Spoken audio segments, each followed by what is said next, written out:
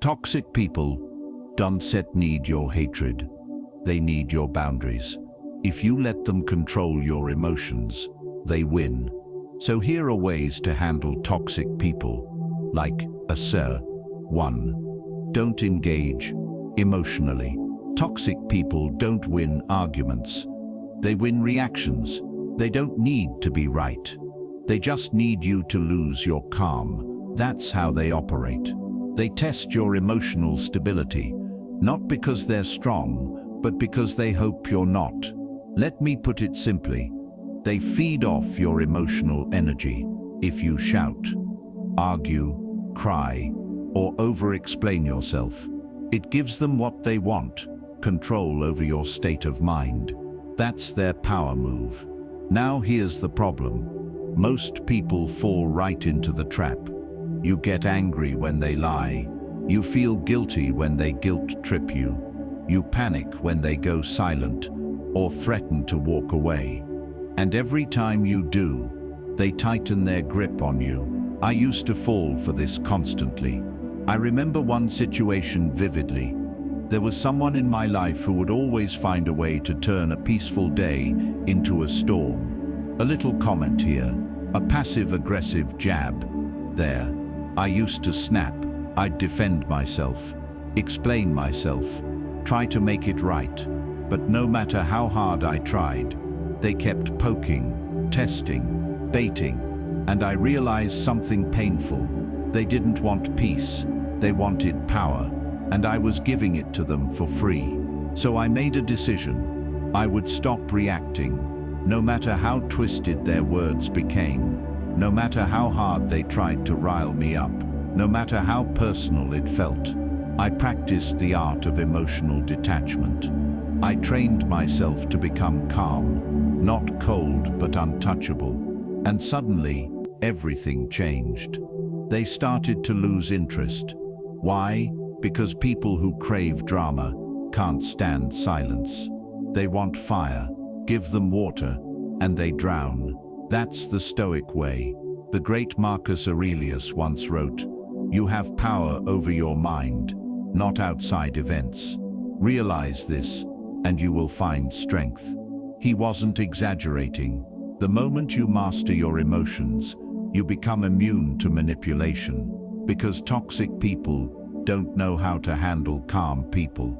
They're used to pulling strings and watching people dance. When you don't dance, they panic. So how do you avoid engaging emotionally? First, pause before you speak. That space, those 3 seconds between impulse and action, is where your power lives. Don't respond on autopilot. Don't match their tone. Don't let them pull you into their storm. Second, control your body language. Don't fidget. Don't flinch. Don't roll your eyes. They watch for those subtle cracks. Keep your posture grounded, your voice steady, your face unreadable. Third, speak only when necessary. And briefly, don't over-explain. Don't justify your peace. Let your stillness speak for you. It's louder than noise.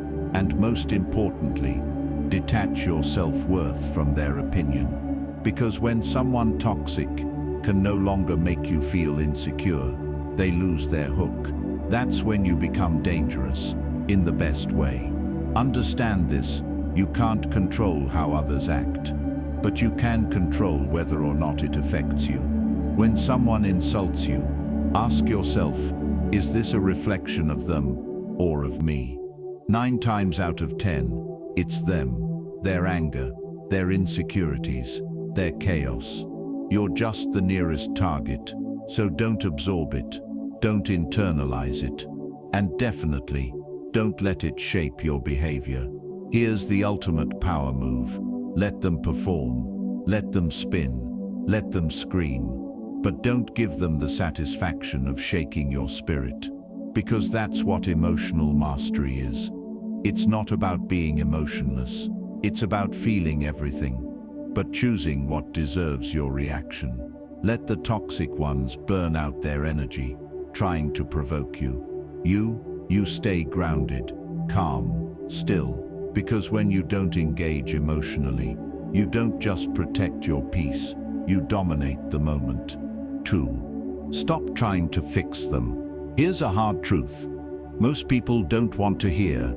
You can't fix someone who benefits from being broken. You might see their pain. You might understand their trauma. You might even believe that if you just love them enough, if you're patient enough, if you hold on a little longer, they'll change. They'll heal. They'll wake up and realize how much you care. But that's a fantasy. And the longer you hold on to it, the more damage you'll do to yourself. Because here's the truth. Nobody tells you. Toxic people don't want to be healed. They want to stay toxic because it works for them. Their manipulation gives them attention. Their guilt trips give them control. Their chaos gives them relevance. You become their emotional crutch, their therapist, their sponge, their punching bag.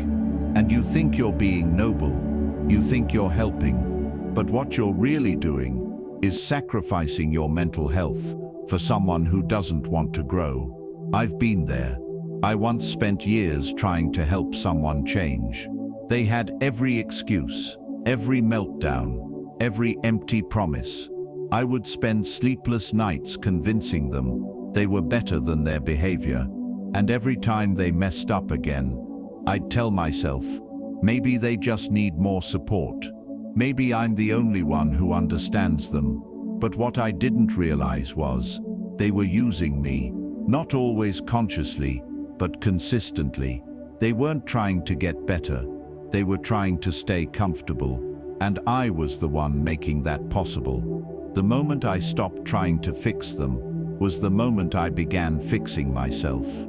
I had to understand something brutal but freeing. Helping someone isn't about doing the work for them. It's about offering a hand and letting them choose whether to take it. Stoicism teaches us something vital. You cannot change others. You can only master yourself. And that's where your real power lies. Because when you try to fix someone who refuses to take responsibility, here's what happens. You lose sight of your own needs. You ignore your own boundaries. You excuse disrespect because they're going through something. You start to believe that love means suffering, but it doesn't. Love is not sacrifice without limits. Compassion is not the same as self-abandonment. Let that sink in. If someone truly wanted to change, they'd be doing the work with or without your help. They'd be reading, reflecting, asking questions, going to therapy, apologizing without excuses.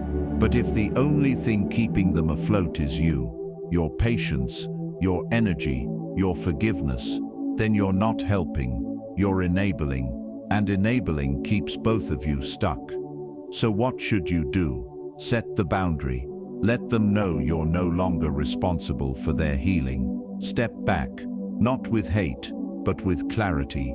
If they want to change, they'll show it through action. Redirect your energy. Pour all that effort into your own growth, the gym, your goals, your peace. Let go of the fantasy. People change because they choose to, not because you begged them to. There's nothing cold about protecting your mental health.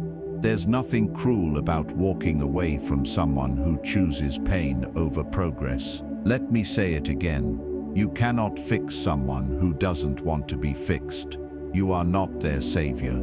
You are not their solution. You are not their second chance. You are a human being with a life to live, and wasting it, trying to rescue someone who keeps jumping back into the fire, is not noble. It's self-destruction. So stop trying to fix them. Let them meet their own rock bottom. And if they ever rise, it'll be because they did the work, not because you carried them. You want to help people. Start by saving yourself. Lead by example. Show what healing looks like.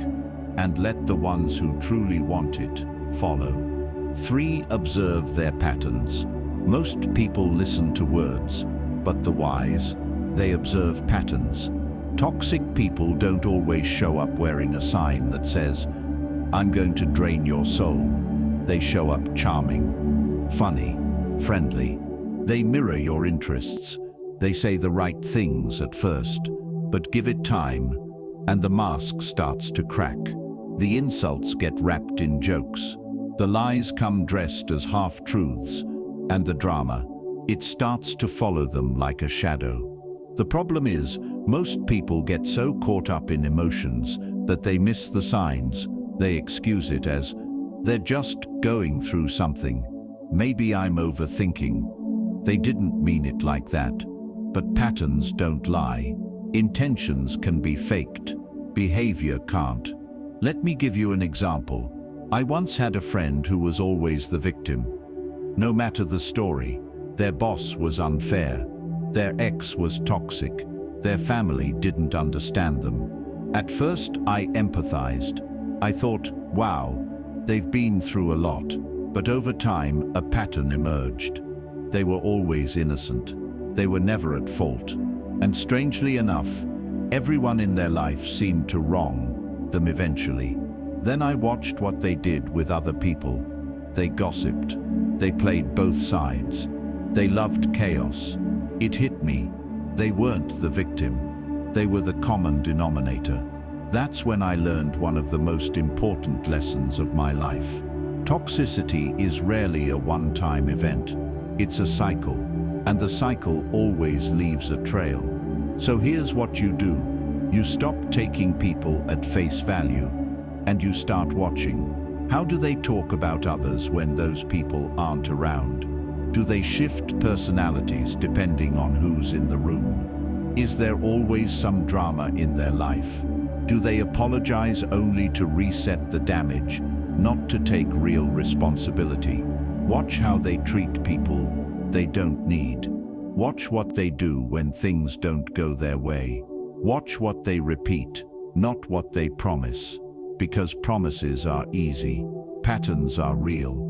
The Stoics taught that we should judge people not by their intentions but by their habits.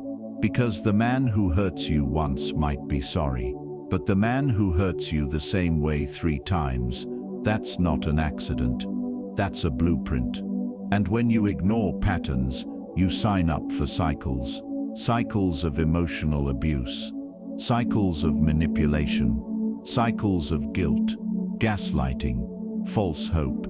Repeat. You keep hoping for change, while reality keeps showing you the truth. And here's the worst part. Toxic people are masters of short-term change. They'll be perfect for a week. They'll apologize with tears. 4. Be unavailable. Let me give it to you straight. Toxic people don't respect availability. They exploit it. The more accessible you are, the more they treat you like a tool, not a person. They don't appreciate your presence. They expect it. They don't feel grateful when you pick up the phone at 2 a.m. They feel entitled to it.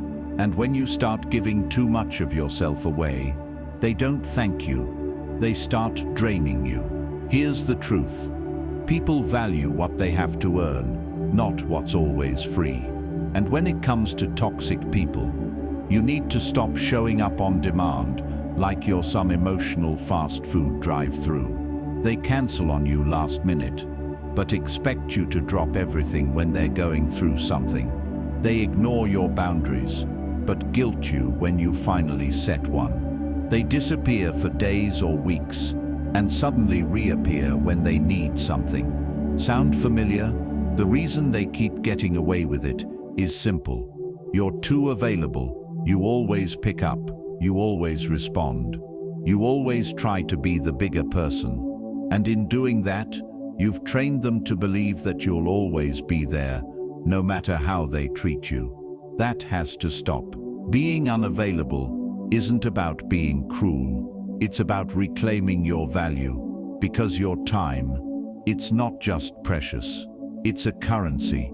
And toxic people are spending it recklessly without ever investing anything in return. I remember someone I once cared deeply about. They'd ghost me for weeks, come back with excuses and sweet words. And every time, I let them back in, because I believed in giving people chances. But what I didn't realize was that every chance I gave them was a vote against myself. I was training them to believe I'd never walk away, and as long as I was available, they had no reason to respect me. So one day I changed the game. No announcement, no dramatic speech. I just stopped answering instantly. I stopped explaining myself. I stopped showing up every time they snapped their fingers. And guess what? They panicked. Suddenly, they were calling. They were chasing. They were asking, "Are you okay?" Because nothing unsettles a toxic person more than losing access to the emotional resource they thought they owned. Here's what being unavailable teaches them. You're not a convenience. Your time is limited. Your presence is a privilege, not a guarantee. The Stoics believed that control over your time is control over your life. Seneca wrote, "People are frugal in guarding their personal property, but as soon as it comes to wasting time, they are most extravagant. You protect your phone, your wallet, your house. But what about your time, your energy, your peace? Here's how you start. Delay your responses. Don't text back immediately. Let them sit in uncertainty for once. Cancel occasionally. Not out of spite, but out of priority. Your life doesn't revolve around chaos. Ignore the bait. Not every call, text, or emotional outburst deserves your attention. And if they say, "You've changed," you say, "I finally started respecting myself." Because when you become less available to toxic people, something beautiful happens. You create space. Space for real friendships. Space for peace. Space for your own personal growth.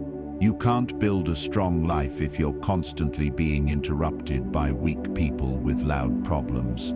So be kind, be calm, be compassionate, but be unavailable. Because if someone is only showing up to take, then your greatest act of self-love is to stop letting them in. 5. Don't share your triggers. Let's be honest. Toxic people don't want to understand you. They want to control you.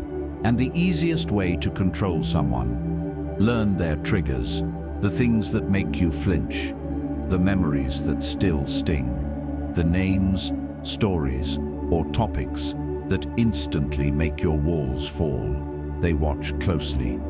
They listen, not with empathy, but with calculation. And every time you vent, every time you open up without caution, you hand them ammunition, wrapped in honesty, gifted in vulnerability. Let me be clear, there's nothing wrong with vulnerability. Vulnerability is powerful when it's earned. But with toxic people, your openness becomes a weapon, used against you later, strategically and cruelly. Let me give you a personal example. I once shared something deeply personal with someone, something I had never told anyone. They nodded. They understood. They said they respected my honesty. I thought I was safe, but a few weeks later, in the middle of an argument, they casually threw that same story in my face, used it to make me feel guilty, used it to shut me down. And that's when it hit me. They were never listening to heal. They were listening to harm. And the truth is, many toxic people are emotional hunters. They gather information, quietly, gently, while pretending to care. They ask about your childhood wounds. They want to know what really hurts you. They're not building trust. They're building a blueprint. So here's your power move. Stay mysterious. Don't expose your emotional blueprint to people who haven't earned it. Keep your fears, your traumas, your weak spots to yourself until someone proves, over time, that they are safe. Because when a toxic person knows what triggers you, they use it to manipulate your decisions. Bring it up when they need to feel superior. gaslight you by pretending you're too sensitive, weaponize your trauma in subtle ways to control you. They'll say things like, "You're overreacting again, just like you did with your father. Oh, I guess we can't talk about that, or you'll break down. Relax, I didn't mean it like that. I forgot you're still fragile." And here's the kicker. It won't be obvious. It'll be veiled, indirect, wrapped in sarcasm or jokes. But inside, you'll feel it. That deep sting. That cold shock of betrayal. That "how could they say that" moment. That's when you'll remember this truth. Not everyone deserves to know your pain. Some people just want to use it. The Stoics weren't emotionless. They were disciplined.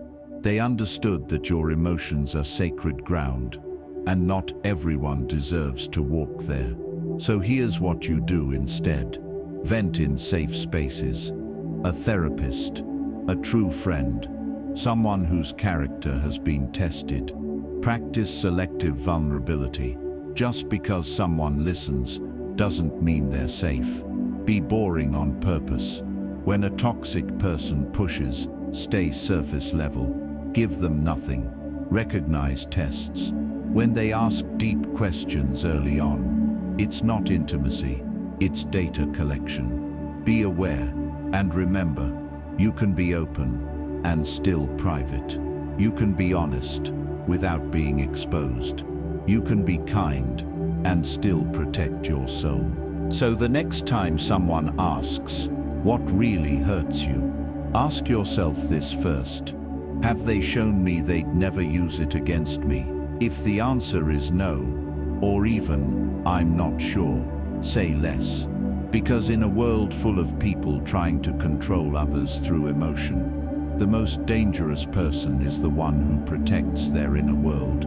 They can't trigger what they can't reach, and they can't manipulate what they don't understand. Protect your peace. Guard your soul. Don't share your triggers. 6. Never apologize for outgrowing people. Here's the uncomfortable truth. Most people won't say out loud, "You will outgrow people." And that's not betrayal. That's evolution. We live in a world where loyalty is often misunderstood. You're taught to believe that because you've known someone for years, you owe them forever. But here's the thing. Time doesn't equal alignment. And just because someone was part of your past doesn't mean they deserve a seat in your future. You will grow. You will change. You will start caring about different things. Your peace, your goals, your character. And the people who were once close to you might not understand the change. Some will mock it. Some will resent it. Some will try to guilt you with lines like, "You've changed. You think you're better than us now. Don't forget where you came from." But listen carefully. You didn't work this hard to stay the same. And yes, you've changed. Because you were supposed to. I once had a group of people I thought would be in my life forever. We laughed, partied, shared secrets, struggled together. But when I started evolving, setting boundaries, focusing on my health, my mind, my goals, the vibe changed. Suddenly, I was too serious. No fun, distant. What they called changing, I called healing. What they saw as arrogance, I knew was growth. And eventually, I walked away, not with bitterness, but with clarity. Because keeping people in your life just to avoid feeling guilty is how you end up shrinking yourself to fit into spaces you've already outgrown. Let me make this clear. You don't owe anyone an explanation for becoming the person you were meant to be. Not your old friends, not your ex, not your family, not the people still stuck in cycles you escaped from. The Stoics understood this well. They believed in living by virtue, not by popularity. Marcus Aurelius once wrote, "The opinion of 10,000 men is of no value if none of them know the truth. And the truth is this: Outgrowing people isn't rejection, it's redirection. It's your soul quietly saying, you don't belong here anymore. Think about it. Trees shed leaves. Snakes shed skin. Butterflies leave the cocoon. Everything in nature outgrows its past. But when it comes to humans, we cling. We hold on to old friendships, toxic relatives, draining relationships, all because we feel guilty for evolving. Let go of that guilt. Seriously. Stop apologizing for needing peace. Stop shrinking to make others feel tall. Stop explaining your glow to people who dim every room they enter. Here's what happens when you stop apologizing for your growth. The right people find you. People who support your boundaries, who cheer for your goals, who inspire you, not drain you. You become magnetic. Nothing is more powerful than a person who is unapologetically becoming their highest self. And most importantly, you make peace with your path. No more guilt. No more trying to fit into a version of yourself you've already buried. If someone truly loved the real you, they'd grow with you, not try to hold you back. So the next time someone says, "You've changed," smile, say thank you, and keep walking. You're not better than them, but you are better than who you used to be. And that's what matters. Never apologize for healing. Never apologize for choosing growth over comfort.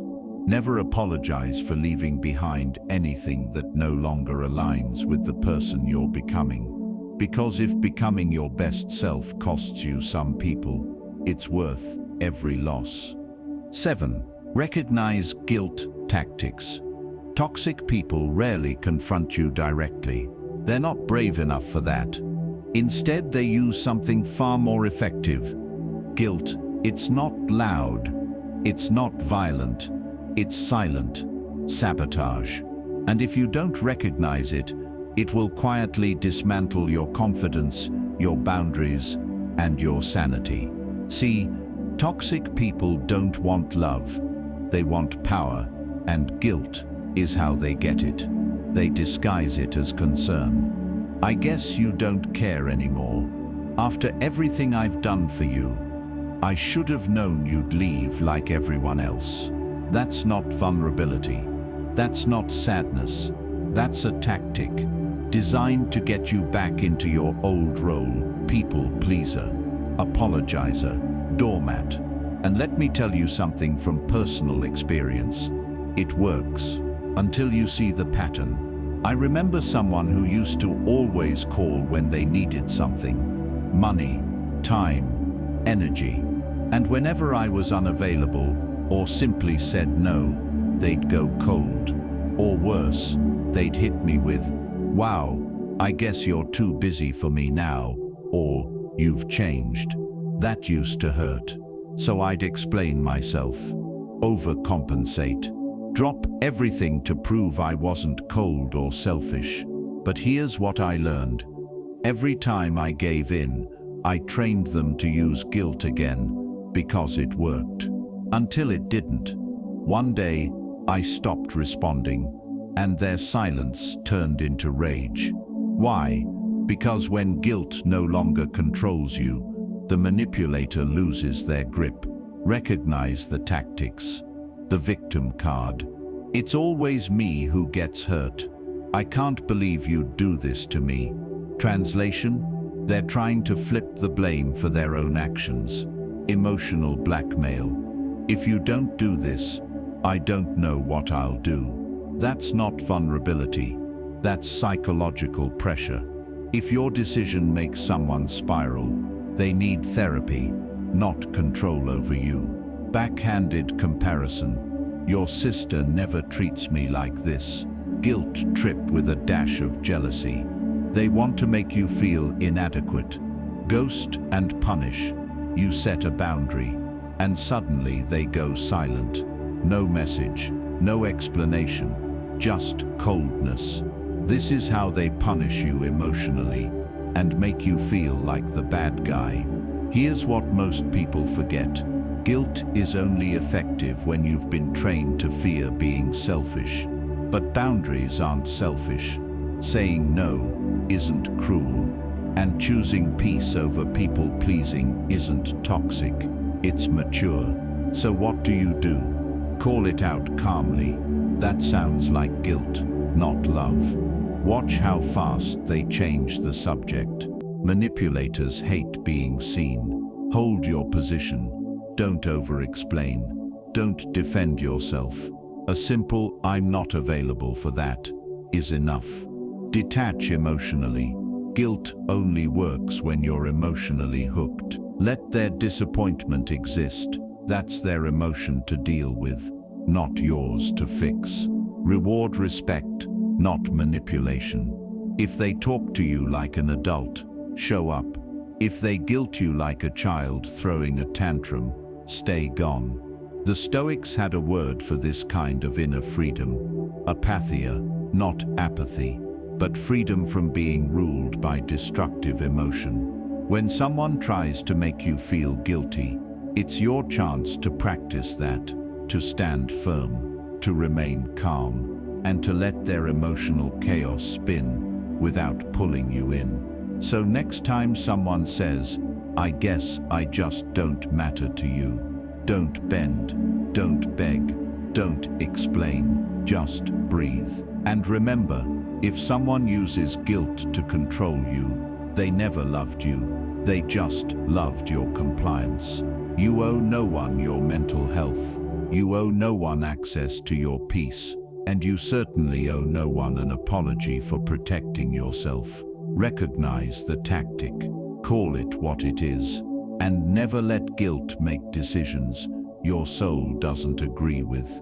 Toxic people won't change because you want them to. They'll change, if ever, because they're forced to face their own dysfunction. Your job isn't to fix them. It's to protect yourself, and the most powerful form of protection. Self-respect. You don't need to yell. You don't need revenge.